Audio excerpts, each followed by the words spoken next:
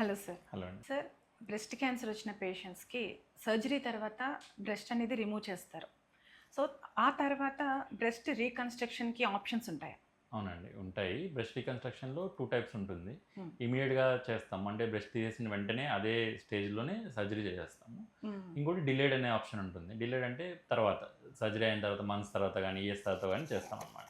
అంటే breast cancer చేస్తున్నప్పుడు ఆ టిష్యూ టైప్ బట్టి పేషెంట్‌కి రేడియేషన్ థెరపీ ఇస్తారా? వీటిని బేస్ చేసుకొని మేము డిసైడ్ చేస్తామనమాట. హుహు. సో, ఇమ్మీడియేట్‌గా చేసేటప్పుడు చాలా ఆప్షన్స్ ఉంటాయి. టిష్యూ ఎక్స్పాండర్ అని పెడతాము. ఇంప్లాంట్స్ యూజ్ చేస్తాము. హ్మ్. లేదా లోకల్ టిష్యూస్‌ని యూజ్ చేస్తాం. మరీ ఎక్కువ లేదంటే. లేదా ఎక్కువ టిష్యూ తీసేసారు లేదా కంప్లీట్ మాస్టెక్టమీ కంప్లీట్‌గా బ్రెస్ట్ రిమూవ్ చేశారంటే లో డీఐపీ ఫ్లాప్ అని ఉంటుంది. అంటే హ్మ్. కడుపుతో పొట్ట కింది భాగంలో సాగిపోయిన ఫ్యాట్ అదంతా ఉంటుంది గదా! ఆ స్కిన్, ఆ ఫ్యాట్ మొత్తం యూజ్ చేసుకొని బ్రెస్ట్ తయారు చేస్తామనమాట. So, okay. అలా చేయడం వల్ల ఓటీ అవర్స్ ఒక 3 అవర్స్, 3 అవర్స్ పెరుగుతుంది కానీ ఇమ్మీడియేట్‌గా రిజల్ట్స్ ఉంటాయి. సో, ఏ పేషెంట్‌కైతే రేడియేషన్ థెరపీ అవసరం లేదో తర్వాత ఈ పేషెంట్స్‌లో మేము ఇమ్మీడియేట్‌గా అడ్వైస్ చేస్తామనమాట. హ్మ్. సో, చేసిన వెంటనే ఆ షేప్ మెయింటైన్ అవుతుంది. వాళ్ళకి కూడా ఆ సైకలాజికల్ ఎఫెక్ట్ ఉండదనమాట. బ్రెస్ట్ పోయింది అనే ఎఫెక్ట్ ఉండదు. ఓకే. సో, ఈ మెథడ్స్‌తో యూజ్ చేసుకొని రికన్‌స్ట్రక్షన్ చేస్తాం. సార్, బ్రెస్ట్ సైజ్ ఎక్కువగా ఉన్న వారికి బ్రెస్ట్ రిడక్షన్ అనే దానికి కూడా సర్జరీ ఉంటుందంటారు. అది సేఫేనంటారా? చాలా సేఫ్ అండి. యూజువల్లీ బ్రెస్ట్ దానివల్ల చాలా కంఫర్టింగ్ సర్జరీ అది. ఆ! ఆ సర్జరీ చేయడం వల్ల సైజ్ తగ్గుతుంది. వాళ్ళ బాడీ ప్రపోర్షన్‌కి నార్మలైజ్ చేస్తాము.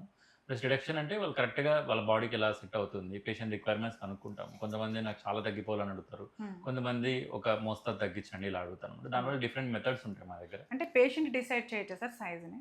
సైజ్ అనేది డిసైడ్ అంటే ఇప్పుడు పెంచడం అనేది పేషెంట్ ఎగ్జాక్ట్‌గా చెప్పొచ్చండి. హ్మ్. రిడక్షన్ అనేది మేము అందాజాగా అంటే చాలా తగ్గించాలా, కొద్దిగా తగ్గించాలా అంటే కప్ సైజెస్ ఇలా డిసైడ్ చేయలేము రిడక్షన్‌లో. హ్మ్. బట్ ప్రపోర్షనేట్‌గా తగ్గించొచ్చు. చాలా తగ్గించమంటే ఎక్కువ టిష్యూ తీసేస్తాము. హ్మ్. కొద్దిగా తగ్గించాలంటే అలా depending upon requirements exact size కాదు గానీ ప్రపోర్షనేట్‌గా అంటే అందాజాగా తగ్గిస్తామనమాట. ఆహా! ఎంత టైం తీసుకుంటారు సార్? సర్జరీకి ఎంత టైం పడుతుంది? మామూలుగా 3-4 అవర్స్ పడుతుందండి. హ్యూజ్ ఆహా! బ్రెస్ట్ ఉంటే 5 అవర్స్ వరకన్నా ఎళ్తది. ప్రతి సేఫ్ సర్జరీ. ఏమంటే ఇది జామెట్రీ లాగనమాట. అంటే బ్రెస్ట్ సైజ్ తీసేసినా బ్రెస్ట్ షేప్ మెయింటైన్ అవ్వాలి. So, hmm. బ్రెస్ట్ నార్మల్ కాంటూర్‌లో కనిపించాలి. అబ్నార్మల్‌గా కనపడకూడదు. హ్మ్. బాక్సీగా అలా కనపడకూడదు. నార్మల్ బ్రెస్ట్‌లాగా కనపడాలి కాబట్టి హ్మ్. బోత్ సైడ్స్ చాలా వరకు చాలా మందిలో బ్రెస్ట్ అన్‌ఈక్వల్‌గా ఉంటాయి. ఒక హ్మ్. సైడ్ ఉన్నట్టు ఇంకో సైడ్ ఉండదు. ఉండదు. సో, అది నార్మలే అది. ఒక హ్మ్. ప్రపోర్షనేట్ వరకు నార్మలే. కొద్దిగా ఎక్కువ డిఫరెన్స్ ఉందంటే రెండిటిని ఈక్వల్‌గా తీసుకురావడానికి ట్రై చేస్తాం. ఆహా! సో, ఆ కాలిక్యులేషన్స్ ఇవన్నీ ఉంటాయన్నమాట. అవన్నీ ఓకే. సర్జరీ ముందే మార్కింగ్ అవి చేసుకొని హ్మ్. 2 సైడ్స్ ఈక్వల్ వచ్చేలాగా చేస్తామనమాట. ఈ ప్రాసెస్‌లో 3-5 అవర్స్ సర్జరీ టైం పడతది. ఆ! కొంతమందికి సర్జరీ చేసిన కొంతకాలం తర్వాత మళ్ళీ సేమ్ అదే సైజ్‌కొస్తుంది అంటే అంటే వాళ్ళు లైఫ్ స్టైల్ మెయింటైన్ చేయకపోతే. హ్మ్. అది ముందే చెప్తారా పేషెంట్‌కి మీరు?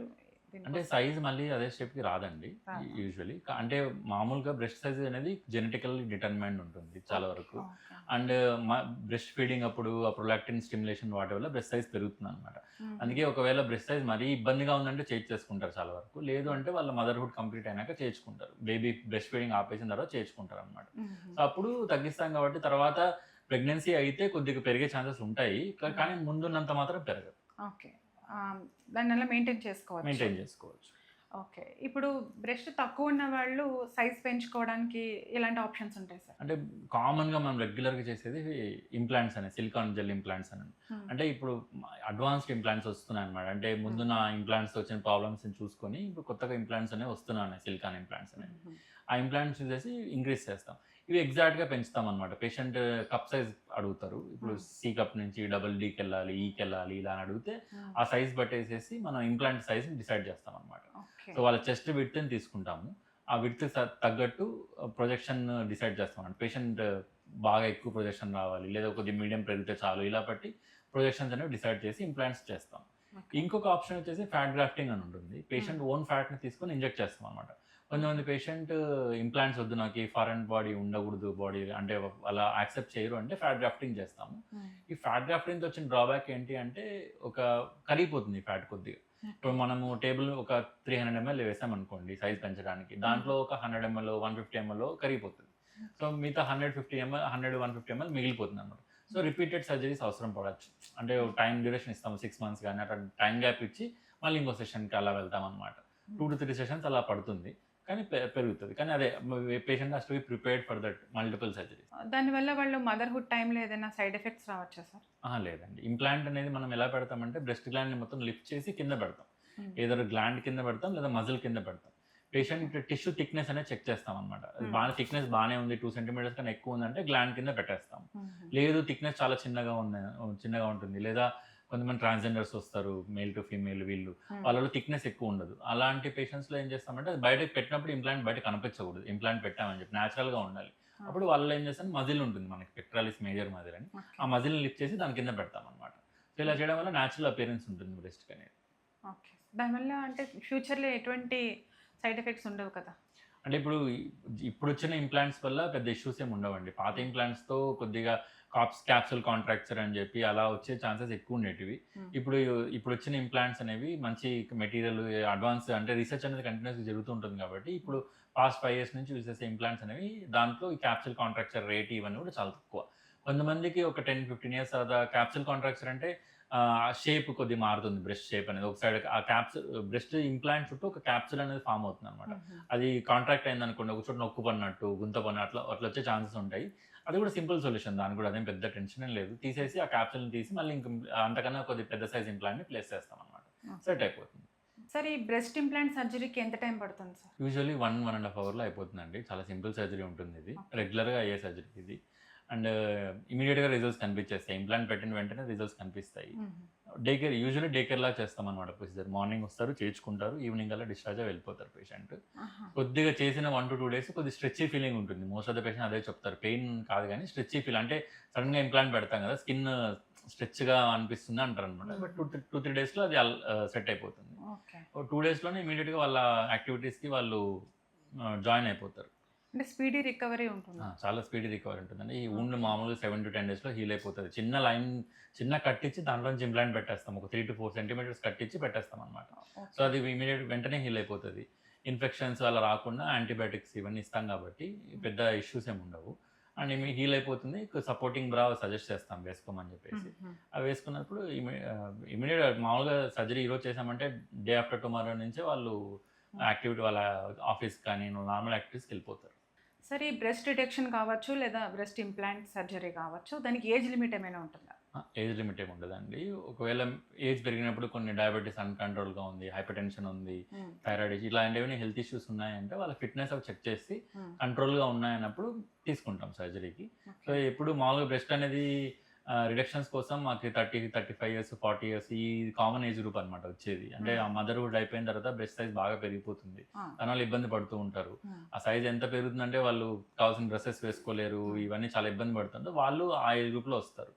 ఇంకా చాలా వరకు బ్రెస్ట్ సాగి బ్రెస్ట్ వాళ్ళు ఉంటారు. సో వాళ్ళు మాకు 40-45 years ఆ ఏజ్లో వస్తారనమాట. ఏజ్ అయినా వీ కెన్ కరెక్ట్ అండి, ఇది ఏజ్ గ్రూప్ ఏం లిమిటేషన్స్ ఉండవు దీనికి. ఓకే, ఈ సాగి బ్రెస్ట్ వాళ్ళకి ఎలాంటి సర్జరీ ఆప్షన్ ఉంటుంది సార్? అంటే దీంట్లో 2 types ఉంటుందండి. వాళ్ళ సైజ్ కూడా పెరగాలి అనుకుంటున్నారు అంటే ఇంప్లాంట్స్ టోసిస్ కరెక్షన్ చేస్తాం అనమాట. అంటే ఆ సాగి బ్రెస్ట్ కూడా కరెక్ట్ చేస్తాము, దాంతోపాటు సైజ్ కూడా పెంచుతాము.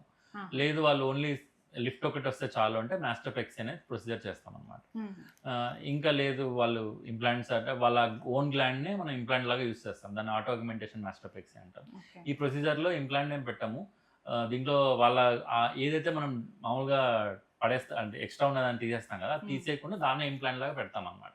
పెట్టేసి దాని మీద కవర్ ఇస్తాం కాబట్టి లిఫ్ట్ వస్తుంది, సైజ్ కూడా పెరుగుతుంది. ఓకే సార్, దానిలో కూడా మనం వీళ్ళు సైజ్ చెప్పుకోవచ్చా?